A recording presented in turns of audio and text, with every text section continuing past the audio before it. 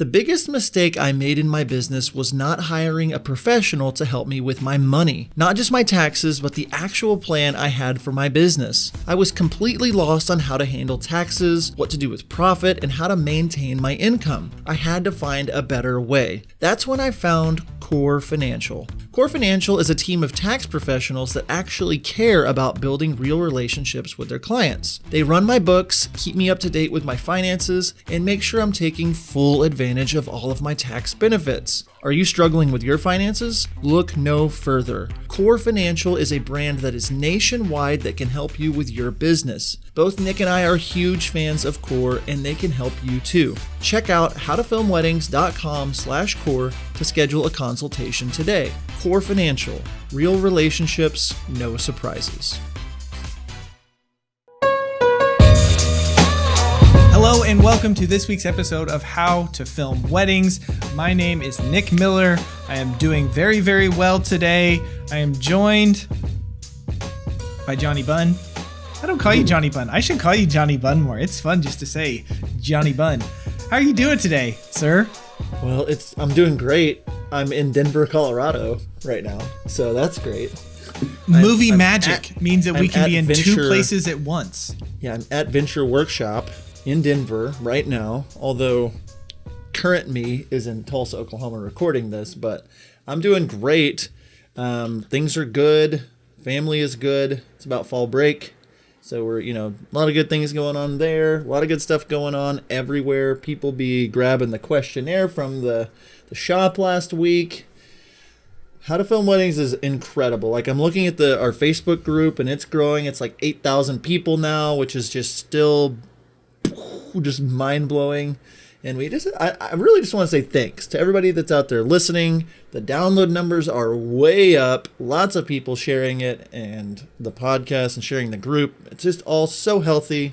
Nick, you're looking healthy. I'm just saying, on your fitness journey, looking good, looking thin. And I have to mention your awesome coffee mug. Can you show the guests your coffee mug? Okay. Your coffee glass. Can I hold this up? I don't. Yep. Okay. You see that Films. There? You see it says Wild Oak Films. Okay, so we wanted to up our client experience. So we ordered a bunch of stuff to send as a gift box whenever someone books us, and we ordered these Wild Oak Films coffee mugs, and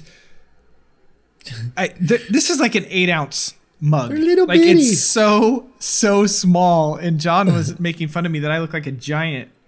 Well, there was the behind the scenes video that I did on our YouTube channel. If you don't subscribe there, come on. But the behind the scenes video I did, a lot of people commented that my hands looked humongous because of the angle. I was holding a coffee mug. It was a grande or a tall, I can't remember, from Starbucks, but it made it look like the tiniest coffee mug. So I feel you.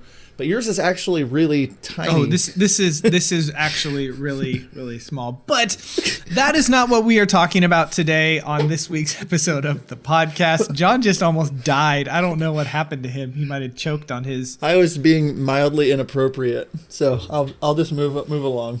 Okay, I don't know what I said, but rewind it if you want to hear something that I said that was probably mildly inappropriate, or you will think that what I said was, and then you need to rethink your life and how you think about things people say. Sorry. Yeah. No. Sorry, Dad. Yeah. Anyways. So today we are talking about lighting your toasters during the reception. We are not going to talk about how recording the audio, how we are doing that. If you want more information about that, head back to episode 119. I think we titled it something like "Audio is Half Your Film," something like that. So episode 119, and then we're going to talk about how we plug into the DJ board, how we mic our couples, all of that kind of stuff, so you can actually get the audio. But today specifically, we are talking about lighting our toasters during the reception whenever they are speaking. Now, I will say that I know that this is going to be much easier for you if you kind of see it. So if you're listening on the podcast, I'm sorry. I am going to actually make a little graphic whenever we get into the diagram that Blake will throw up on the screen whenever I am talking about that. So if you're watching video, you can actually see a picture of that. But we're going to talk about it in a way that should make sense to you and you should be able to picture it. But again, if you need to see it, check out the video version either on YouTube or on Facebook. So today we are talking about lighting your toasters. John, I cut you off. I saw you hold up your finger. What do you want to say? Well, whenever I met Nick, when we found each other online before our relationship began, On Tinder. I was really impressed with his reception lighting, the way he lights his toasts. And over the last 2 years, I have completely changed everything I do about how I light the reception. It's always been this like monster in the closet. Like I don't want to mess with it. I'm scared of it. I don't want to have to deal with it. It feels way bigger than it actually is to figure out. And so I was always asking Nick, like, okay, where are you putting your lights? How are you doing this? How do I make it look like this? And over time, it really became quite easy, and it's now second nature for me in my speeches to be able to put and do some of these things. And so I wanted, to kind of remove that fear from our listeners, and so did Nick, about like this is something that will up your wedding films so much and make you stand out from the other wedding filmmakers in your area or whatever. And so, lean into this episode, and we're going to go through as much of it as we can. If you have more questions once it's done, just leave a comment below the video, or if you're listening on podcast, drop it in our Facebook group. But like this is here, we've had so many people say how helpful these how-to podcasts are, and so we wanted just to continue that series. And so that's all I wanted to say before we got into the information. Yes, it'll love it all. Love it all helpful. And so again, before we get into this, we're not talking about actual recording. Episode 119, check that out if you would like to hear us talk about that. So as we talk about lighting and toast and getting it to look great, it doesn't just start on the wedding day. John and I are big advocates of communicating with your couples beforehand. And so a month out, we send out an email with a questionnaire and we say, hey, I want to meet with you. I want to talk to you. I want to make sure we are on the same page about everything. And one of the things that I always talk about with the couple during that meeting is the toasting portion of the wedding day. Okay. And so I talk with them and let them know what I am thinking, the expectations that I have on them, what I would like to do, so that they are not surprised. Okay. One thing that I always let them know is I say, I bring my own lights. I will bring a mic stand. And I always make this joke about, I'm going to put the toaster where I want them so that they look the best. I let them know, I was like, I'm thinking about you and your video and what's going to make it all look the best. And so I'm going to put the toaster where I want them. Okay, they are going to stand in a certain place. The joke that I make is, if you think about it, there is no difference between standing up behind the head table and standing in front of a mic stand, but for whatever reason, people just freak out about it. So I want them to communicate that with the people that are toasting, just so they will know, okay, videographer is going to light you. He's going to put you on a mic stand. He's going to put you in a certain place. I just want you to be aware. Okay, so that's what I do about the lighting stuff. Do you have anything that you do in kind of the prep time before the wedding as you're kind of talking through? When I talk to them, I have built up, to them that I am the professional and I'm there to help them and not going to do anything to get them outside of their comfort zone. And I'll just say things like, when it comes to toasts, I'm going to set your chairs where I want them. I'm going to set the toaster where I want them. I'll remind you on the day of, but I'll put it in a spot that's going to make everything look the best and sound the best. So if you see me doing stuff around, just know that I'm working hard for you. And like, that's all I really explain to them. Like, I don't need to explain to them that, okay, I'm going to set your chairs like this and there, the toast Correct. Here and this, I'm going to put the lights. I don't go too far into detail except for reassuring them that like, if I move them, it's on purpose, and they're always just like, okay, great. Yeah, that's fine. So yeah. You nailed it. I will say, when it comes to the couple, I will say I prefer for you guys to sit, if that's going to be at the head table, or if I need to kind of pull you out into the reception hall a little bit, we'll kind of make that call on the wedding day, but just kind of preparing them, I am in charge of this, but I'm going to make it look good for you. And then this doesn't have to do with lighting, but I think this is a really good tip that will help a lot of you with using toasts in your films. Is I say, here are some things that I would like for you to communicate with the people that are toasting. One, write out your speech. Write out the thing that you are going to say. There are so many times whenever people get up there and they just wing it, right? But they might have some really good things that they have said in there because I think they've thought it through, but how they stumble over their words, there's lots of ums, there's lots of pauses, there's lots of nervous laughter or, something like that. So it kind of makes it really, really hard for us to use. So we tell them to write it out. We say, after they write it out, why don't you practice it? Just so they can kind of get that going. And then I say, it's a big trend for people to put their toasts on their phone and they just walk up there with their phone. Us from lighting video know that we have everything that looks nice and then you have this nice blue light shining right up on their face. Or people don't unlock their phones. So, after 30 seconds, they're like, and they have to unlock it and they go through that whole thing. So we tell them if they can actually put it on a piece of paper and write it out, that is just going to be, it will look better for the film. So I'm just kind of coaching them a little bit, the stuff that we have seen throughout our time of filming toasts. And, it's probably about 50-50, the couples that actually share that with, the people that are speaking. But I feel like I have done my part in passing along that information. So that's how we're kind of coaching and talking about this. John, I'm going to let you talk for a sec about the gear that you bring specifically for toast, and then I'll share what we're bringing. Yeah, and we'll probably get into it a little bit more later, but on the side of preparing the toast givers as well, we will also prep them once the day gets there. We'll talk about that in a little bit, but just wanted to say that we're not going to leave you hanging on that. As for the gear, I think that you have to, if you're in these groups and in these forums, everybody has their own, you should be buying this gear, you should be doing this. For me, I am moving to a more mobile, I want to be able to fit everything into a case and a backpack. So I'm trying to be as small of a footprint as possible with maximum effort or maximum output, And so for me, what I'm bringing when it comes to my gear, obviously besides my cameras and lenses and stuff, I have 2 torch LED lights, couple $100 lights. We have reviewed them, different things, but those lights are great. Just some light stands to go with those. I bring power cords to connect the lights. I try not to need those. I have plenty of batteries. I bring a mic stand so I can set the speech giver up where I want them to be.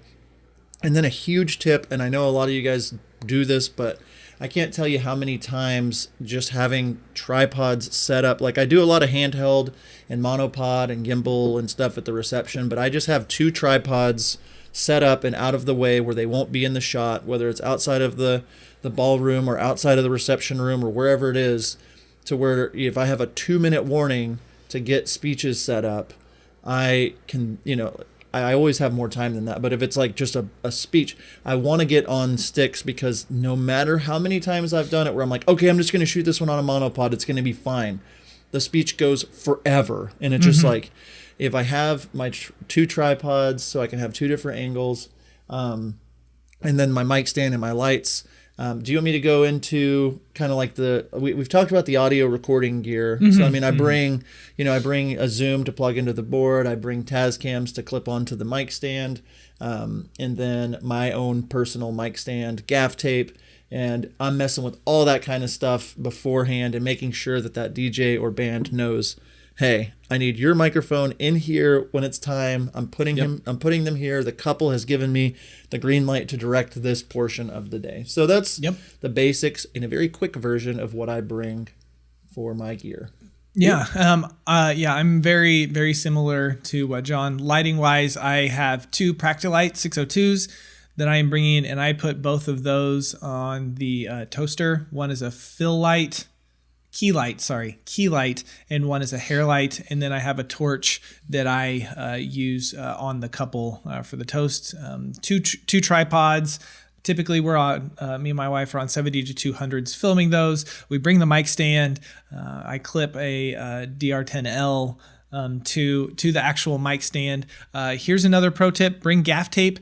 Tape the microphone on the mic stand so that people cannot take it off. I was actually at a wedding a couple weeks ago where someone walked up and they were like, "Hey, I think I'm just going to take this off and walk around," and they couldn't get it off.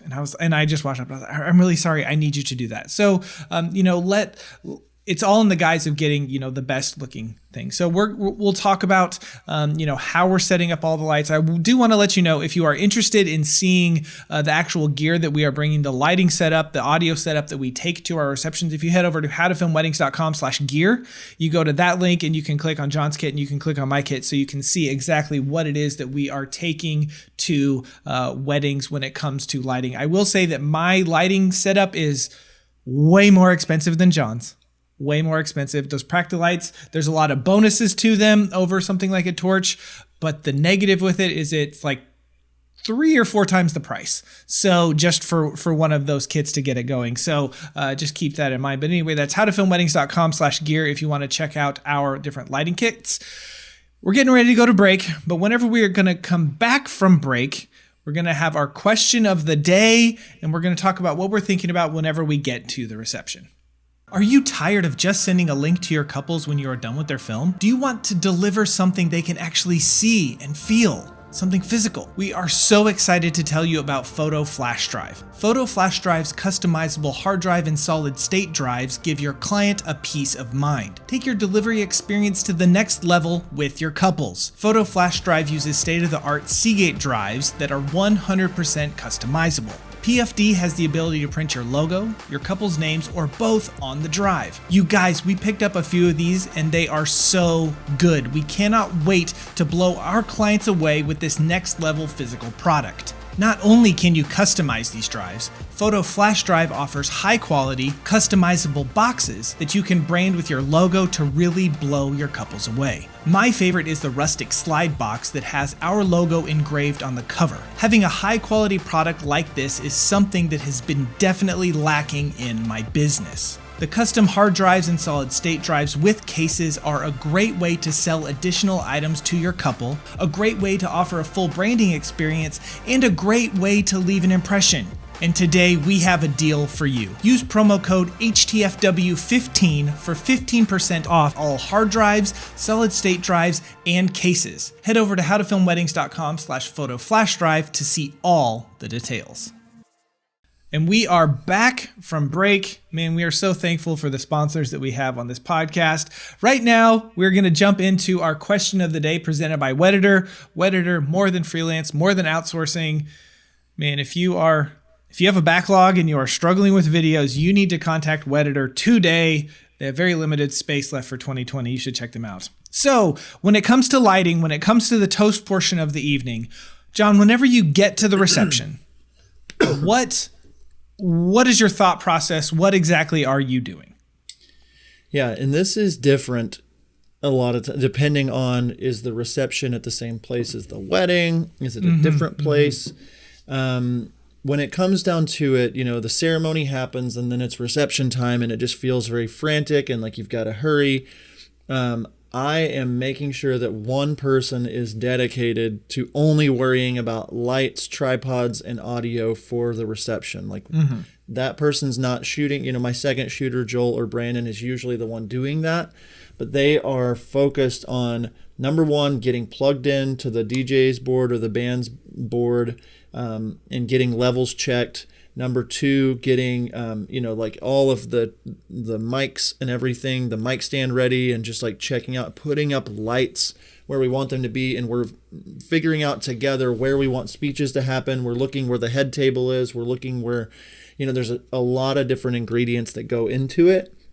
But like if the head table is way in a weird spot, or it's just like a sweetheart table over in a corner, or like there's all kinds of different scenarios, but I'm just looking for the best place for speeches to happen, the best place to put my lights, for the dancing, for all that stuff. And so I'm usually, first of all, making a decision like, okay, this is where I want the speeches to happen, where everybody can see the speech giver. This is where I want the couple to be. Okay, now how can I light this? Okay, now. And so, but the first thing, more important to me than the lighting, more important than being on tripods, is making sure that I'm getting really good audio for the speeches, because I can always throw B-roll up if I have to. But if the audio is bad, the video is bad. So that's the very first thing I'm thinking about. And then working with the DJ or the sound tech and just being very personable and helpful and bringing all my chords and saying, but it starts for me way before the reception, Nick. Usually I'm talking to them way early in the day, introducing myself if I don't know them and just saying, I'm going to be back here in just a little bit. Here's my recorder. If I can get a feed out of the board, what do that'd be the best. Or if I can get a feed out of the back of the receiver, and just building that relationship instead of walking up to them with all kinds of cables and a sweaty brow going, can you plug this in for me? Right. So it's all about setting aside that priority. And then the other thing is I let the couple know, hey, after your ceremony's over, you're going to be taking family photos. You're going to be doing cocktail hour. My priority is to make sure that your reception, your audio, and your lights are set up. I may miss some of that, or whatever, but just communicating to them and making that a priority, getting that done or having a person do it. Like I can always send my second shooter to do all that, and then I can still be working with the couple. But that's a lot. I know I rambled. Nick, your thoughts? What do you do? Yes. No, I love all that. So the first thing that let's assume that the ceremony is at a different location. If it's at the same location, I'm probably talking to the DJ earlier on in the day. But if I'm just showing up and usually whenever you get to the reception, you're probably going to have at least. Usually dinner is before toasts. So, you're probably going to have, at least 45 minutes or an hour to kind of get some of this stuff figured out. So it's not like super, I'm running around, sweaty mess, sweaty brow. Is that what you said? Sweaty brow? Yeah. Not running around like that. But I do go up to the DJ and I talk to them and I said, hey, never assume that you can do something because it's their equipment. You are just borrowing it. So, I say, hey, I'm the videographer. Am I able to get a line out? And then I talk to them what I prefer, but then, whatever you can give me, I can make work. This is what I prefer, how I like to plug in. And again, episode 119, if you want to hear information about that. And then I let them know, hey,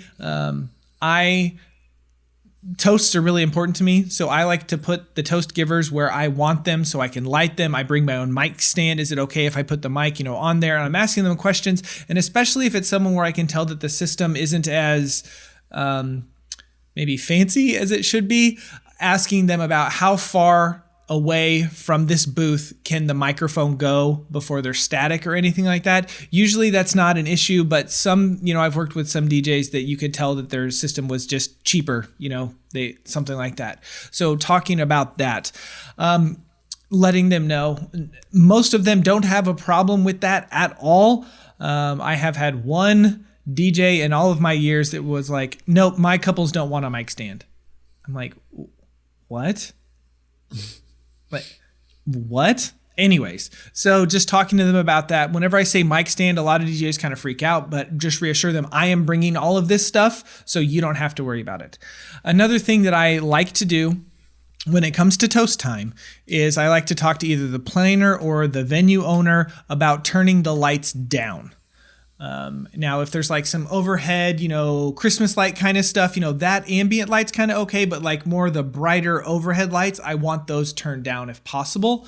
Most people are absolutely fine with doing that. They're like, it's going to get dark in here. And like, that's okay. I have my lights. So there will be light up at the front. There will be light in the room. And then typically most people are going straight from toasts into dancing.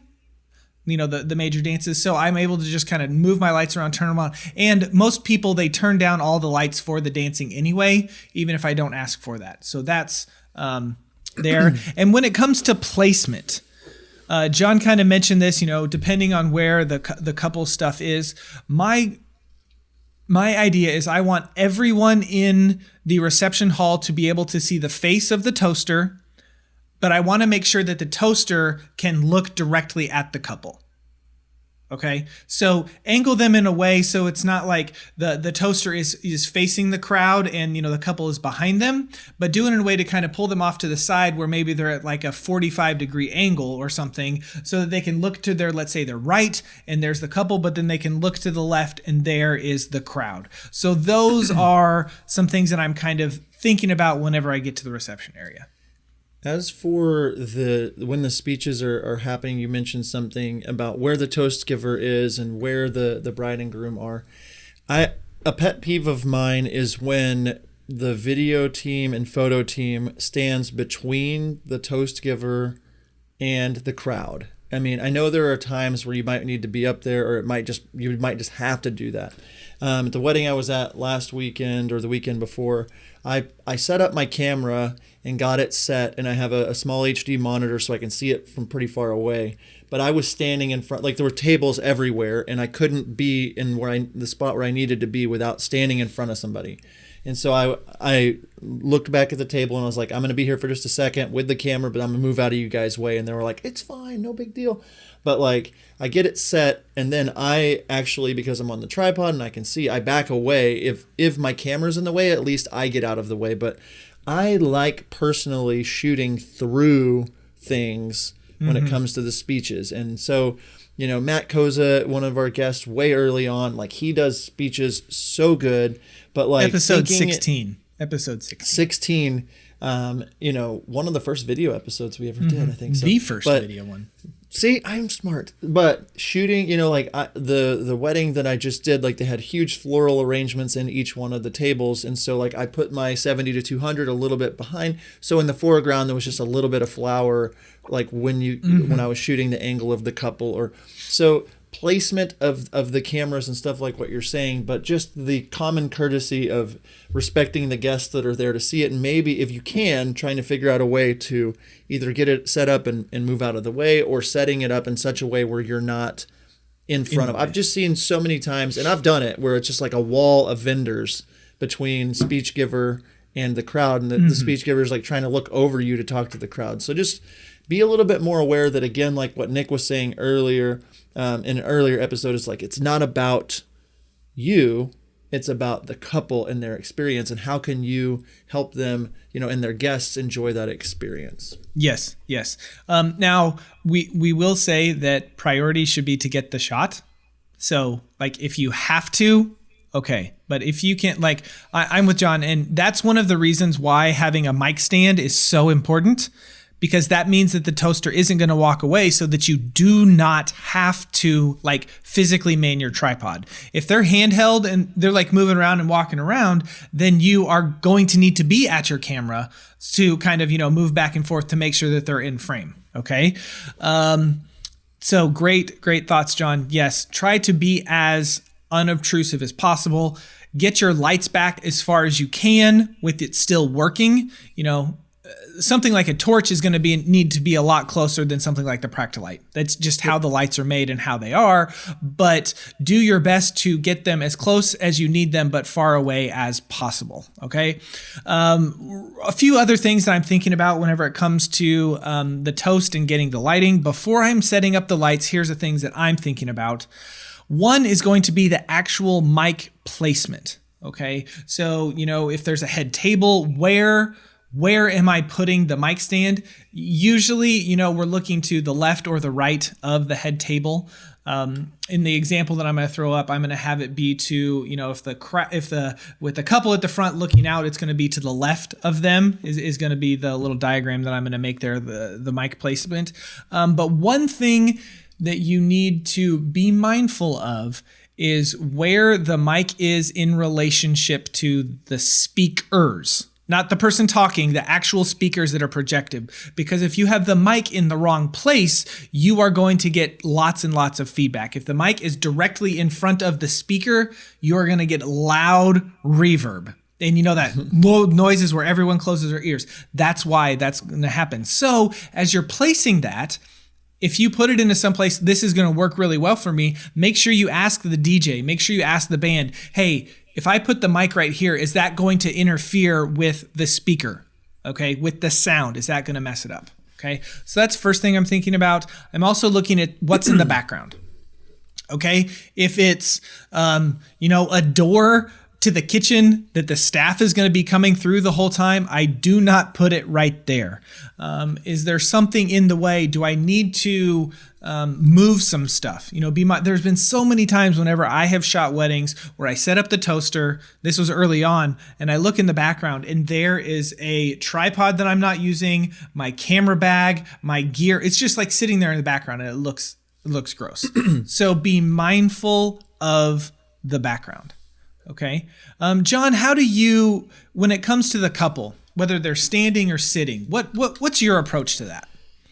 I love when the couple is sitting, personally. And a lot of times, like one of the main venues I shoot at, the head table is like facing the ballroom. And then there's a dance floor behind where the head table is. And the speeches usually happen behind where the couple is. So they're like literally, so instead of just having the couple like turn around, I will have them sit down, but before the speeches, I just turn their chairs around and say, hey, like I'm going to have you guys, I think a lot of times video people just think, I can't tell them what to do, or I can't, and the bride and groom are just like, tell me what to do and I'll do it. I don't care. I just want it to look the best for the video. And so I prefer them sitting for sure. And then another little tip that I've been doing, and I don't see many videographers doing this, is I actually put a Tascam on the groom during the speeches.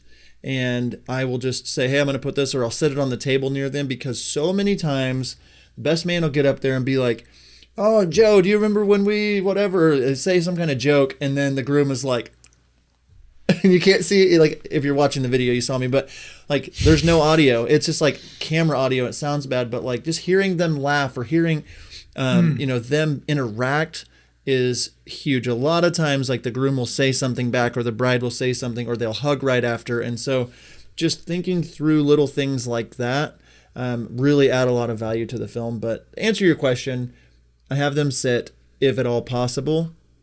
And I also am the guy that if it just doesn't work for them to move from where they are, or the angle's just not going to be as perfect as it could be, I'm the guy that like, it's just not worth it at a certain point for me. I'm not going to like move the bride and groom over to a different part. Like I'm going to work a different angle and try to figure it out. The wedding I just finished a couple weeks ago, I usually will, and we'll talk about this in a little bit, but like where they're facing each other. So, they're looking into each other, like for camera placement, like I just had to put the camera straight on a 135 because the couple's head table was gorgeous. Everybody could see them, but the angle, I just couldn't get through flowers and couldn't get through. So instead of like my normal way of doing it, I put a 135 over the shoulder of the speech giver and just shot straight towards the couple, and it looked great. And so, and for me, in the way I edit, it's like I'm showing snippets of the speeches. And so if for whatever reason, like I'm going to cover most of the speech with B-roll, like, and that's the thing where I think so many people get so stressed, and it's like, just play and have fun and try to find the right angles. And it's okay if you don't get it perfect, keep, finessing and fine tuning it. A wedding I did just a couple weeks ago, I put the lights on the wrong side. It was just too fast. I had the lights on the wrong side. I wanted to, I want to shoot into shadow sides of the faces and stuff. And like, it was just the wrong side, and their faces were flat, and it drove me crazy. But then I realized I showed 6 total seconds of the speeches in my final film. And it was like, okay, it's not the end of the world, but like the goal here is to elevate your films to the next level. So that's all. Okay, good. Yeah, we have started. We used to always have them stand, but we have now started, having them sit. Like, hey, you've had a long, busy day. You've been on your feet all day. Here, take 15 or 20 minutes where you can just kind of sit and relax and drink and be close to each other and enjoy the toasts. So, yes, thank you for sharing all of that kind of stuff. And then the other thing that I want you to be mindful of whenever you're doing toasts is make sure that the camera angles make sense. Make sure that they are looking towards each other. So, sorry, got a little tickle in my throat from my little coffee cup. What you want to make sure is that, so if you have the couple there, let's say that they are looking to their left, okay, looking off to that side, and you want to make sure that the toast giver is looking the way back at them. So if you're on screen, the couple is looking to the left, and that means the toast giver is looking to their right. Okay.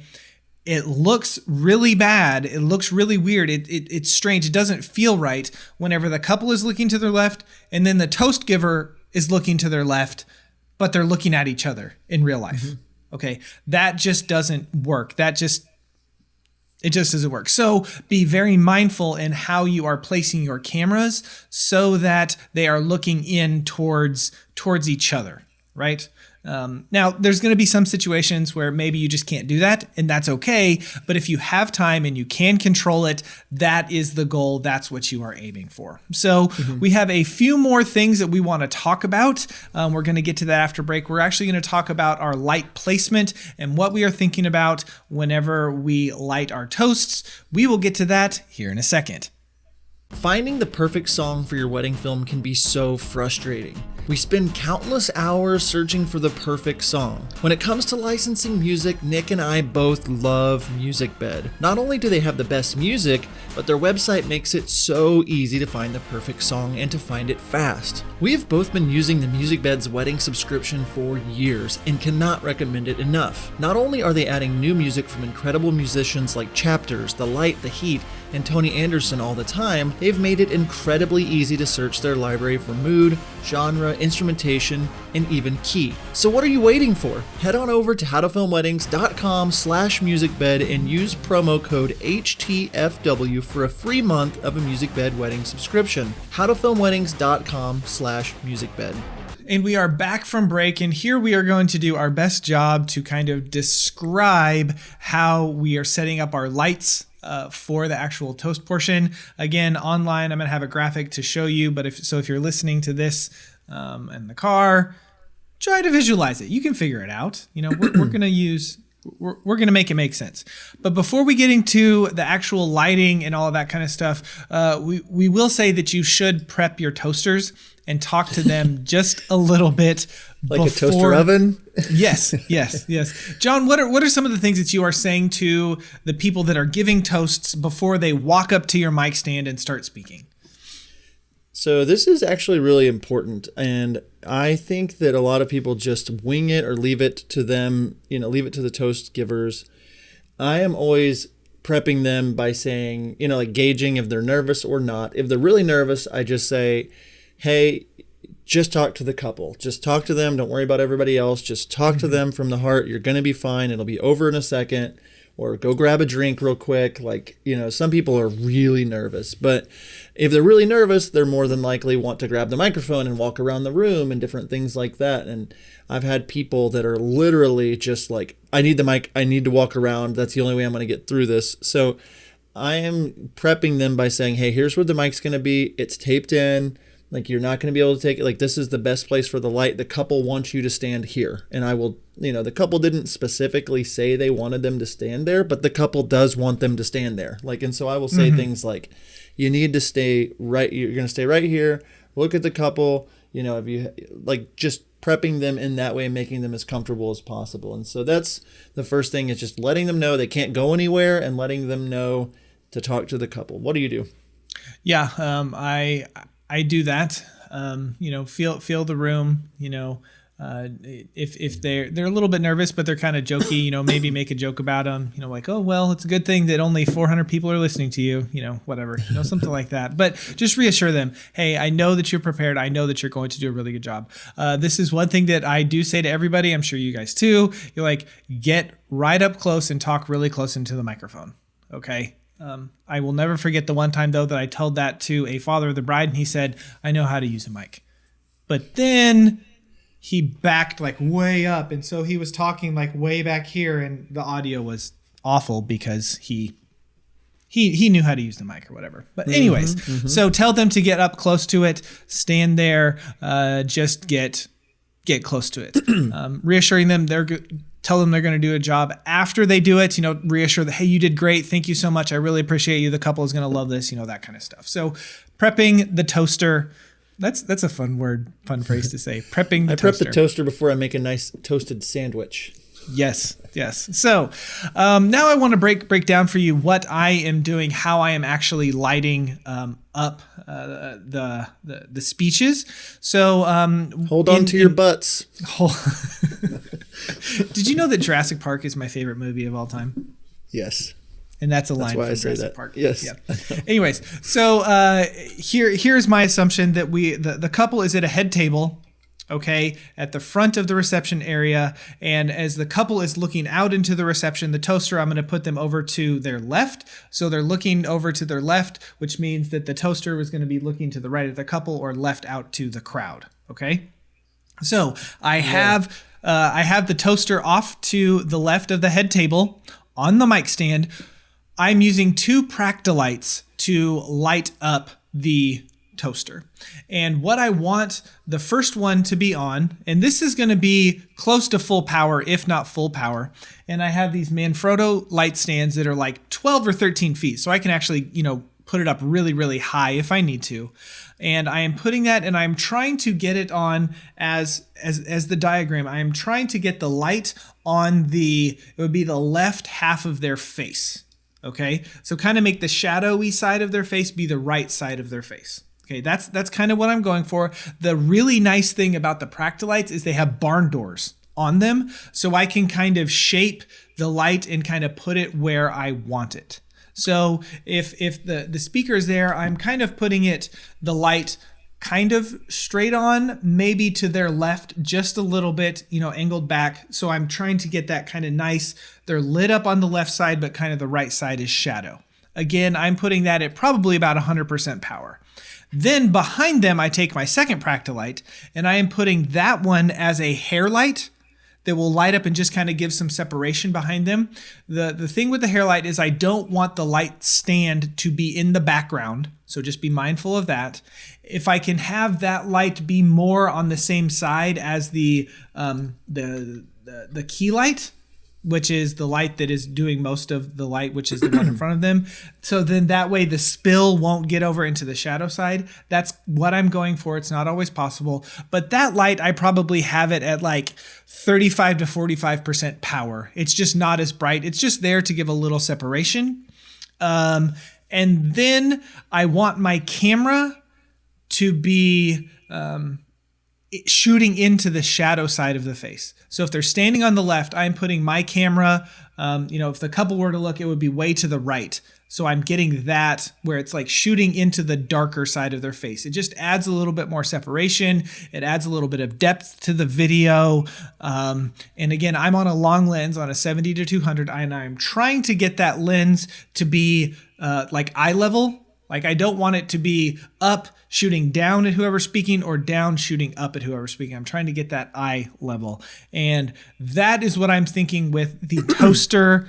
For that, again, if the lights are all off in the background, it just looks nice. You have this nice dark background they're lit well, they look well. John, what do you have to add to that? All right, so I'm going to dumb it down because I'm a little dumber than some. I'm going to just, like what you said, yes. And I'm just going to kind of reiterate a couple things because it was always so confusing to me to hear somebody say those things. What does the shadow side of the face mean? What is this, like hair light? Okay, I'm confused. So if I'm standing at my camera and I've got 2 cameras. I've got one shooting towards the bride and groom, one shooting towards the speech giver.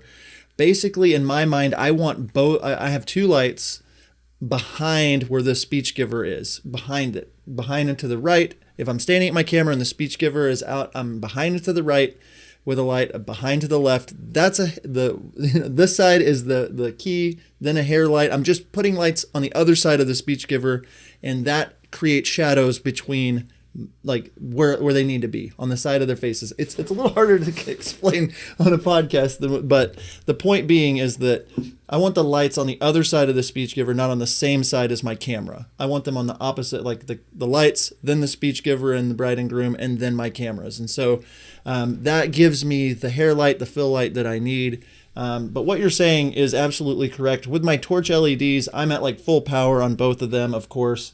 The Practolites obviously are way better. You can control them so much better. But for me, I'm making sure, like you said, that my light stands are out of the shot.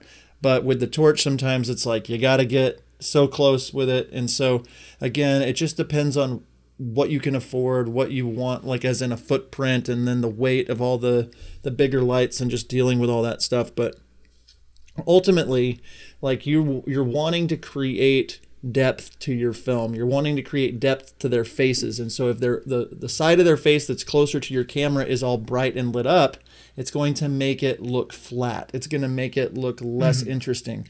And we don't want the side of their face that's the shadow to be like just dark, so dark you can't see their face necessarily, but you want there to be some sort of separation. And the homework that I would have for you is to watch TV. Yes, this is great, but watch shows and look and say, oh yes, I see that the side closer to the camera is the shadow side of the face. You're going to notice it more and more and more. In most television shows that you watch, if you sit there, and especially whenever people are just sitting there and talking to each other, you can see that the side that they are talking to, the camera is always pointing into the shadow side of the face. Always. Always, always. Every single time. Because it looks better, it adds depth to the film. So, again, I'm going to throw up a diagram. So hopefully, for at least what we do, hopefully that will just make a little bit more sense when it comes to the placement. Now, yes, John. Is it possible for you to show, like, I know you're going to do a diagram, but can you show just a few screen grabs of the different angles that you would have and like point an arrow to like, this is the hair light, this is the, I feel like that would be. Okay. I feel like that, like if you had that up on the side of your screen or filling the screen right here, just to kind of point to where those things are. If you don't subscribe to us on YouTube, youtube.com/howtofilmweddings, it's a great place to, check that out and see where it's about. Because yes, we can tell you about it, but like something about seeing it, it's like, oh, that makes sense. That clicks. So hopefully we can do that. And then for the couple light, what I want to get a good, nice shot of them. And so typically what I'm doing is I'm putting my torch LED, that's my couple light, and I am putting it on the opposite side of the toaster. Okay, so that if the couple is looking to the left, there isn't a light right in their face as they're trying to look at the toaster. So I want it on the back, the back side of that. You will either put the light almost kind of straight on to the couple, or move it over so that it's kind of by the light that the toast, like the fill light that's on the toaster. Okay, so that way it's a little bit of an angle, and then I'm able to shoot a little bit more into that shadow side of their face. When it's straight on and they're looking to the left and the light is over to the right, that's going to be a lot more light side of the face than shadow side of the face. So with that, again, the camera's usually lower if they're sitting. We're trying to get it at eye level, so it's not looking down at them, it's not looking up at them. Another thing that is great to think about is crossing your camera paths. So if you were to draw a line from your camera lens to the toaster and your camera lens to the couple, a line would cross. That's going to help you with getting that so that they're both looking at the same direction. Again, we're having our couple sit in most of the time. What do you have to add? So I do not bring a third light. I use the hair light as a fill light for the couple's face, and I use the fill light for a hair light for the couple. So like if you have two lights, you can do it that way as well. The third light obviously would help. But for me, I'm honestly just trying to create separation. It's like, and that's the thing. That's technically the rules, like crossing the correct way. You've got the 180 rule, so you're not shooting toward your camera on the other side. Like you're all staying on one side. You're letting the photographers know, hey, like this is really important to me. I've got a camera on a 70 to 200 here. I've got one on 70 to 200 here. If you stand right here, you're going to be in both of my angles the whole time. Like, could you please not pop a ton of flashes? Like that kind of stuff. Like just over communicating, anticipating, but setting the lights up behind where, and creating that separation. It's going to just make that next level look for you and your films. And it takes some time. I remember when I was talking with Nick and Phil Harbuck and Blake, our editor, just about like lighting, receptions and lighting. It was so confusing to me. And so like, if I'm you, I would be super using the Facebook group and taking wide photos when you're at your receptions. Here's where my cameras are set up. Here's where my lights are set up. Did I do it right? Should I do it differently? Like, what do you think? And like, people can help you to get better at this. And this is something that you can slowly get better over 6 or 7 weddings. And now when I get to a wedding, it's just second nature where it's like, okay, I want the speech giver here, so I know my lights need to be here. Okay, I know they need to be where I can, they're not going to be in my shots. I want to use this angle. And then that's where you can start having a lot of fun with it. And that's what's cool is like once you get these basics down, you can start to really try new things. And that's kind of the last thing I think we want to talk about is like I've been bringing a third camera as just like a whoa camera. And if I have time to set it up, my whoa angle is something where it's like I'm usually on 70 to 200s for the main 2 angles, but I might bring my favorite lens, which is the 135 2.0. I may bring that and like shoot through a candle, through a table, or get way at a different locate, just like a different vantage point that just makes it look even better. And like just having fun and being creative with it at that point. Once you have your basics taken care of, you can then start to have fun with it. So yeah. That old saying of get what you need first and then get what you want. So get those two angles like locked down, safe, and then go in and play. Shooting, if you want to give your audience who's watching the film to feel like they're like in it, especially on the couple shot, their reaction shot, if you can kind of shoot through the crowd so you can kind of see, maybe over people's shoulders or, kind of frame them, through people or something like that, that's going to add another layer. One thing that's kind of cool, if you're shooting with a 70 to 200 especially, and you're zoomed in like all the way, if you can grab a candle from the table and just kind of hold it up in the bottom corner of your lens, like right in front of it, you're going to get this nice like orange kind of like flickery glow. That's another cool thing that you can kind of do, but experiment with it if you want to. But again, getting all of this stuff locked down would be first priority, and then playing would be, later. I will say that when it comes to setting up the lighting, having an assistant or having someone there helps you a lot. I'm lucky because my wife is at every single wedding. So as soon as we eat dinner really quick, as soon as we're done with dinner, we run out and we get the lighting all set up for the toast if we haven't had time to do it beforehand. I get it all set up. I turn everything on and I have her stand at the mic stand and I say, okay, this looks good. Then we switch so she can check it to see if it's to her satisfaction as well. So if you don't have someone shooting with you, maybe grab a person, from the bridal party, or grab the photographer if they're not doing it. Grab someone. I just need you to stand in here for, a minute so I can check the lighting on everything. That's going to be the way you go if you are a solo shooter. John, we are running out of time for today's episode. I think it's been pretty helpful. I mean, I would have liked to have had this quite a while ago. Do you have anything that you want to add before we close it up? I think just making sure that you don't look at this and be overwhelmed. You look at this as kind of a next level training for you, and using our Facebook group to your advantage. I can't tell you enough that is what that's there for, so you can get better. And so hopefully this has been really helpful. Nick, I know this is a big thing that you're super passionate about. It's changed my films. It's made them so much better. And I can't wait to see screenshots and screen grabs from people at their weddings trying out these new things. Yeah, definitely. So again, thank you all so much for tuning into this week's episode of the podcast. If you are not a part of our Facebook group, we want you to be a part of it. All you need to do is go to facebook.howtofilmweddings.com. You go right there. It will take you directly to our Facebook group. You can join it. You can be a part of the conversation. You can show pictures of your reception lighting, all of that kind of stuff. So that's what we want you to do. Head to facebook.howtofilmweddings.com. Thank you all so much for listening. John, it has been great to hang out with you again. And until next time, we will see you. See you guys.